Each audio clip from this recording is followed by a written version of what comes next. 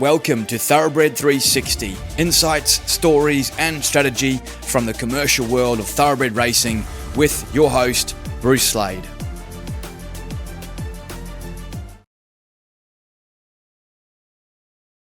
Welcome everybody to episode 15 of the Thoroughbred 360. Of course, this is a show that discusses the big commercial moves in the Australian and New Zealand racing and breeding thoroughbred industry over the last 7 days. Now, in this last week, we have seen one of the biggest commercial moves in stallion history.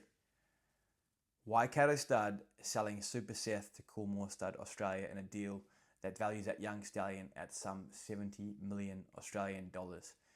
Big number. And in today's show, we'll dissect that number and explain a little bit about why we think Coolmore have gone out and bought that horse and why perhaps Waikato have sold him. Now, just a quick overview of Coolmore's side of the equation.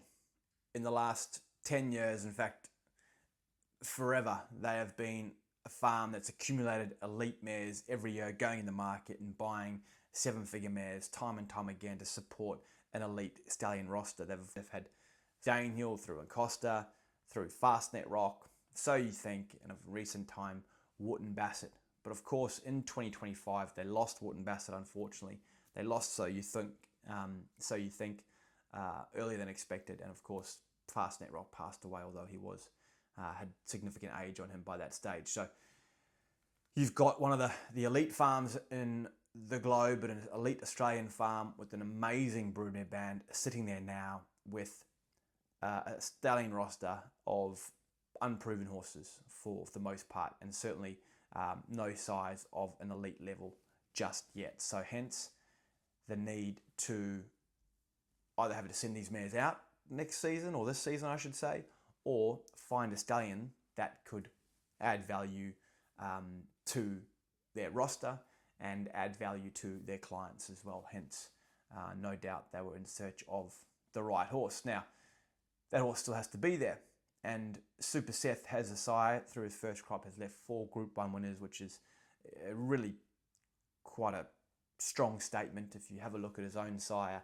Done Deal, for instance, who's a very good stallion, stands at Arrowfield. He sired 2 Gr1 winners in his first crop, so there's a good example of how Super SETH's tracking. But of course, with $70 million, you still have plenty of risk to take on for a stallion whose oldest crop are just 4-year-olds. So how do Coolmore go in and justify paying $70 million for Super SETH? Obviously, you've got the performance, and they like what he's doing on the track, and they like where his trajectory is, and they like what he's got coming through, and they've been on farm and seen the stock and believe that he is going to suit their broodmare band. That's a given. But the mathematics on the actual deal is, how do you get back, or how do you claw back that $70 million? So let's quickly work that out. We normally work off 100 live foals per year. For 100 live foals, it's 100 foals of value at the fee. You sort of need to have 120 mares pregnant, say 150 to 160 mares covered. So that's a good stallion with a good libido, with good fertility, and that's a nice sort of safe number to work around. Let's work off 100. So 100 mares at 100,000, say, is $10 million a year. That makes them a 7-year deal. So 7 years to get your capital back. Of course, there's insurance and other little extras as well, but just for the simple mathematics, let's just keep it simple. If he stands for $150,000 this coming season and can maintain that for 5 years, then that also equates to $70 million. So you can see that, his service fee and what he can hold in terms of service fee and commercial appeal for the next 5, 7, 10 years will make a big difference to how quickly they can claw back that number.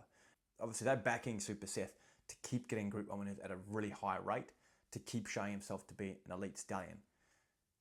Now, it's very hard for any stallion to maintain a $100,000 to $150,000 service fee. I mean, if you just have to look at our industry over the last 10 years, a handful of horses have been able to maintain a service fee of 100 plus, 150 plus, 200 plus, of course. And the higher that Super SETH can get, obviously, the quicker he can earn that income back and quickly get back to generating income for Coolmore and that amazing, adding value to that amazing broodmare band of theirs. But I suppose, where does he need to get to? Well, he needs to keep in Group 1 two-year-olds like he has. He needs to keep getting the Group 1 winners at the same level, which we know he can do. And probably the next thing he needs to do is get Group 1 colts. The horse that's going to be able to justify a $150,000, $200,000 service, he has to be averaging 350, 400 at the yearling sales. And really the only way to do that is to have colts that are rolling in there making 6 to 1.2, 1.5 because they are genuine stallion prospects and the colts groups are chasing after them. So that's probably that next box that Super SETH needs to tick in terms of maintaining that. And that's what Coolmore will be back in their broodmare band to do.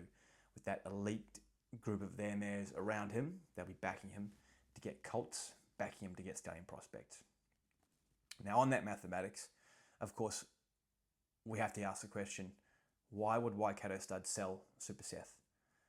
They have been incredible over the time in backing their horsemanship, backing their land, and backing their huge broodmare band to keep developing stallions. And they've done it time and time again, starting with Centane, through O'Reilly, Pins, Savabeel, Super SETH now. Ocean Park's been great for them. They've done an amazing job with Ardrossan for a small fee. They're just an incredible farm that keeps producing these nice young stallions. But of course, when you've got the acreage and the workforce and the mare band they have, they need to keep finding these horses. And a horse like Super SETH coming along, basically a horse that gives you 2 decades of value through his own progeny, his yearling sale receipts, his racing earnings, his stallion prospect sons, and of course through his daughters and granddaughters to come. So economics really tells you everything you need to know about why Waikato sold. I mean, Super SETH, nothing's really changed from last spring to this spring. He's left all those Group 1 winners, etc. already. Last season, New Zealand, he stood for $75,000 Kiwi. In Australia, he's straight away going to command 50%, 100% more than that. And therefore, on the same time frame, Coolmore and their broodmare band is going to be able to get that full value back in half the time that Waikato Stud was going to be able to. So to me, that explains everything in terms of Super SETH being worth more to Coolmore than he was to Waikato at this particular point in time. With the excitement of 2-year-old racing in Australia over the weekend too, of course, Melbourne hosted the Blue Diamond and Sydney the Silver Slipper. 2 massive races in their own right, 2 key slipper lead-ups, but to give the Blue Diamond its due respect, let's start there. It's a Group 1 race for 2-year-olds. It was a very open field, Unit 5 starting sort of equal favourite alongside Closer Than Free and Guest House, and it was actually Streisand the filly for Clinton McDonald that got the job done. She got a job done well too, in fairness to the Magnus filly. She sat 3 deep on the pace and kicked away on the turn and held off all challenges, and it was just great to see the aftermath there with Clinton, his daughter Ali, and Shane McGrath and Darcy McGrath and the whole team there. They've really, the last few years, stuck together, worked hard at the sales, and 2 years ago with Hayasugi, they won this race, and 2 years down the track, they've got the job done again. So fair play to those guys and girls and those families. So big well done to all of them. She's a weapon of a physical, this filly, big deep girth out of a Zoo Star mare, big action, just really lovely, big, powerful sort of filly that I think obviously Shane had a fair bit to do with Magnus in his Eliza Park days, and he, in fairness to Shane, he saw the value in this filly at the yearling sales last year, and they bought her for I think $100,000, and now that Blue Diamond stakes winners. So well done to everyone involved there. Good runs in behind in the Blue Diamond, particularly focused on colts, because obviously that's where the big commercial upsides swings are potentially going to come from. Guest House was enormous again. You watch and read Twitter afterwards. There was just a meltdown mode there. He again just, I suppose, from the beginning of the race, just got held in the gates so long when Iamaria went through the gates and had to be reloaded, stood there a long time, missed the kick, wanted to over race, and then just couldn't get clear air when he needed it in the straight. He still, I thought, did a big job to hold on and finish third. And then just in the aftermath, I think hearing Craig Newitt speak about Alibaba too, it sounds like he was a big run too. So maybe 2 colts out of the race. Keep an eye on rolling forward into the slipper if they do go that way. otherwise both horses, big frames, make lovely Coolmore stud stakes horses up the straight next spring as well. The Silver Slipper in Sydney held many of the Golden Slipper favourites inside one race, colts and fillies. Of course, having a look at Rosehill a month before that big feature race. And nice to see, glad to see our Newgate Stud Farm Stallions to the fore, siring the first, second, third and fourth place getters in this race. Of course, the winner, Shretton Ruler, the first stakes winner for Wild Ruler, which is just fantastic for all his shareholders. Of course, Wild Ruler, a son of Snitzel, beautifully bred at Kiora at a Gypsy Robin. She's been a prolific mare, a very fast Group 1 sprinting mare herself. And Wild Ruler now, with his first crop, 8 runners, 3 winners, and he had 2 in the race in the Silver Slipper there on Saturday, including this horse, who won like a really good horse. It's fantastic for Wild Ruler, not only a stakes winner, but just the dominant fashion that Shretton Ruler won this race. He won by 3.5 lengths. Eviction Notice was terrific in second. Hydrix was terrific in third. Incognita was a much better run, which was awesome to see from back, running fourth. Yes, there's an element of pace and the rail being out at Rosehill that sort of determined the final result here, but still this horse ran away and won by 3.5 lengths. It's hard to see anyone behind him, turning the tables in 2 weeks, maybe 4 weeks perhaps, but this horse is a real chance in the Slipper now. I think equal favourite with Warwoven.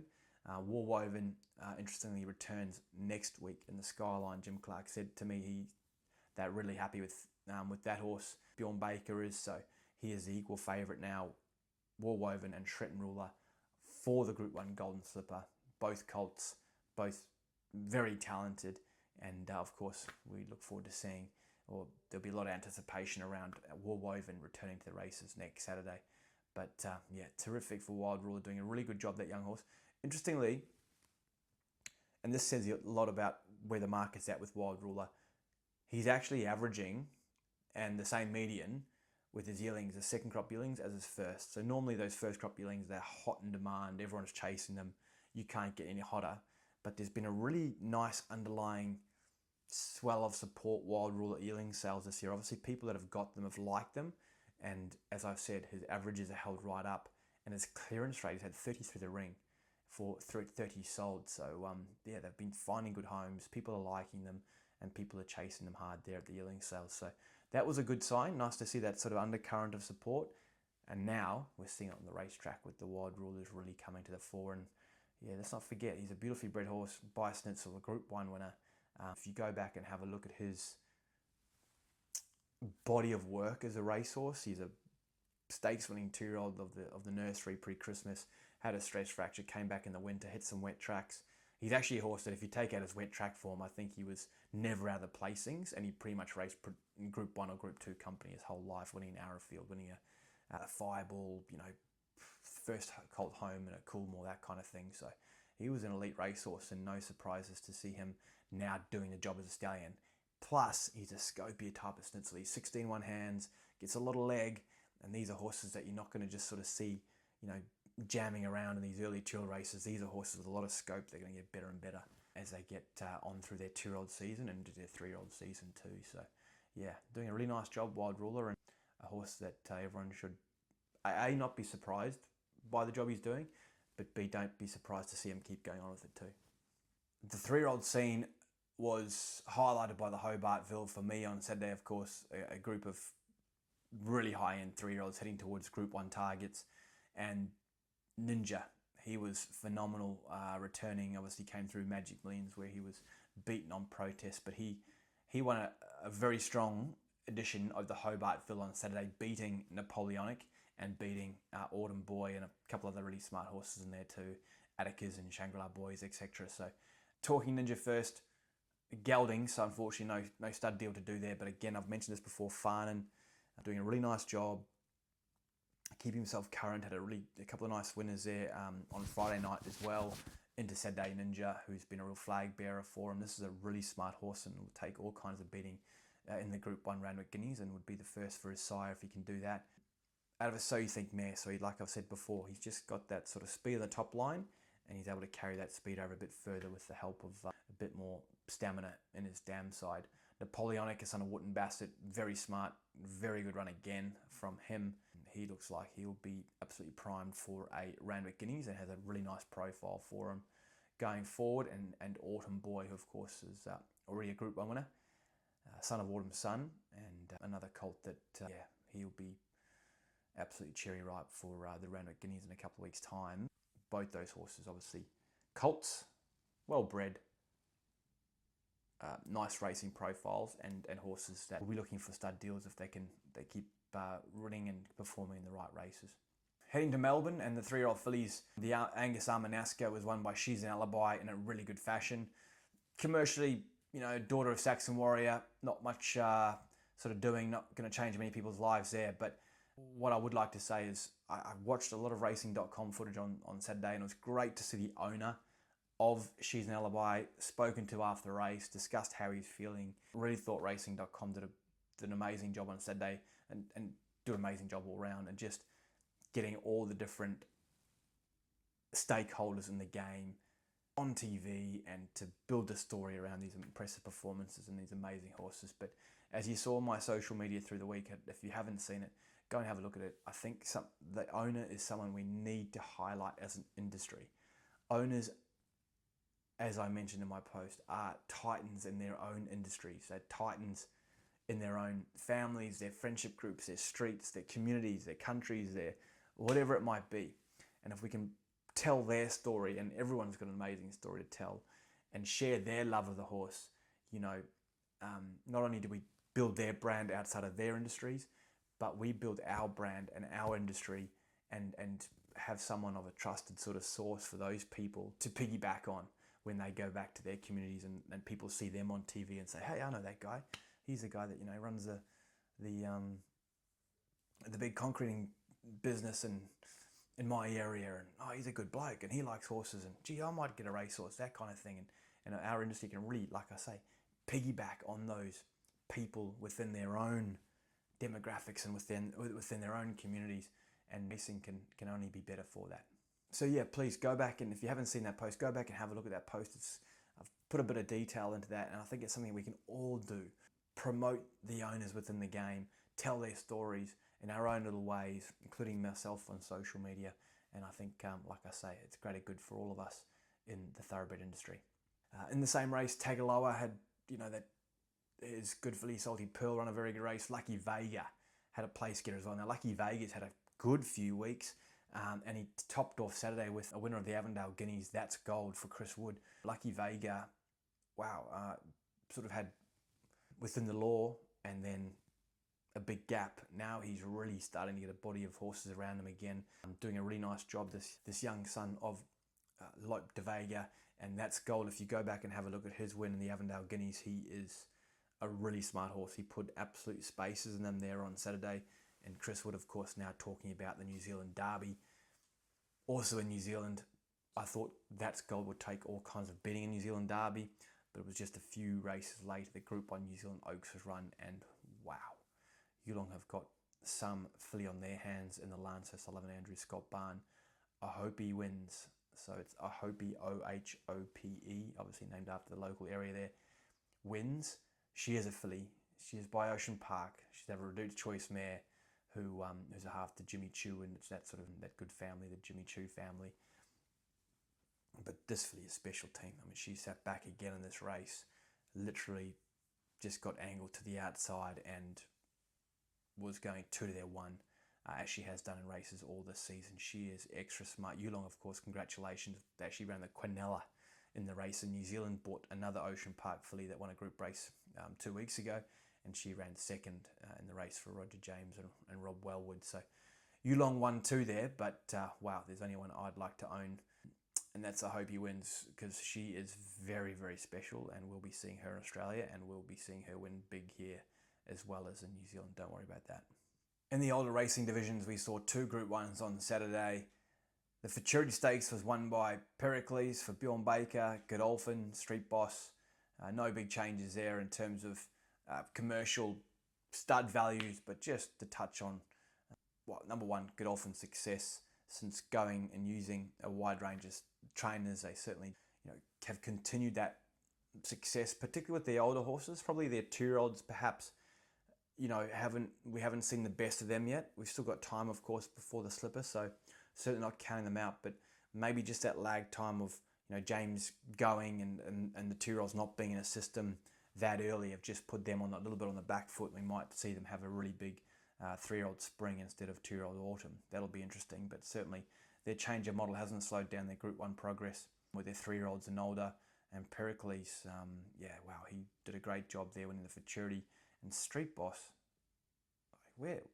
he's just found another leg. I know he changed to New South Wales. I know that came with an improvement in stud fee and improvement in mare. But, you know, this horse has got the exciting 3-year-old Colton filly in the land.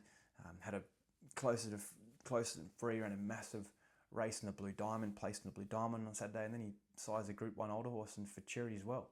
What an amazing stallion, doing an amazing job. And you know, with his success and probably that him going to another level gives you even more confidence in a horse like Animo coming through, because, you know, this might be a really elite stallion, Street Boss, for Australia, whereas before he's probably seen as a very good stallion. Now he's showing himself out to be with that improved mare quality. He's elite. He's absolutely elite. The big changer in the older horses, the 4-year-old Entire called Tropicus, won the Oakleigh Plate on Saturday. Anthony and Sam Freedman, well done, guys. Son of Tudanhot. He's obviously owned by Gr1, bred by Gr1 in conjunction with Don and Judy Kelly. Now, this horse is out of a mare I know really well. Actually had a bit to do with buying her out of Melbourne Premier many years ago. But her mother was Cathay Lady, who resided at Newgate for a while, and she was by Exceeding Excel, but she didn't actually win her stakes races. She was trained by John Sargent, didn't really win her stakes races till she was 4, and raced on at 5. And her mother was a bit the same, Extensible, this horse's mother, and now this horse Tropicus, you know, is a good 2-year-old, a better 3-year-old, and now winning Group 1s as a 4-year-old, and looks like a horse that might go on with it too, and might add to his Group 1 tally. But yeah, winning a Group 1 Oakleigh Plate, that makes him a stallion prospect now for Gr1. Now it's about, can he add another one, and that'll really help his, you know, where he might end up standing in terms of stud fee. But love his side, Tudanhot, doing a great job down here. That young horse running at 10% stakes winners to runners, getting plenty of Group 1 winners. He's obviously got broadsiding at the stud already at Godolphin, and he gets 2-year-olds, he gets 3-year-olds, and now horses training on too. So Tudanhot doing a terrific job, and his elite sons will be elite stallion prospects going forward. That is up for episode 15. Thanks everyone for listening. Appreciate all the feedback at the different sales recently about the show. Please give us a like, please give us a follow. We'll try and keep it coming, try and delve into this commercial side of the thoroughbred business more and more for you. This week takes us to Melbourne Premier, of course. Look forward to being there and sharing some insights from the Oaklands campus from Tuesday onwards. Thank you.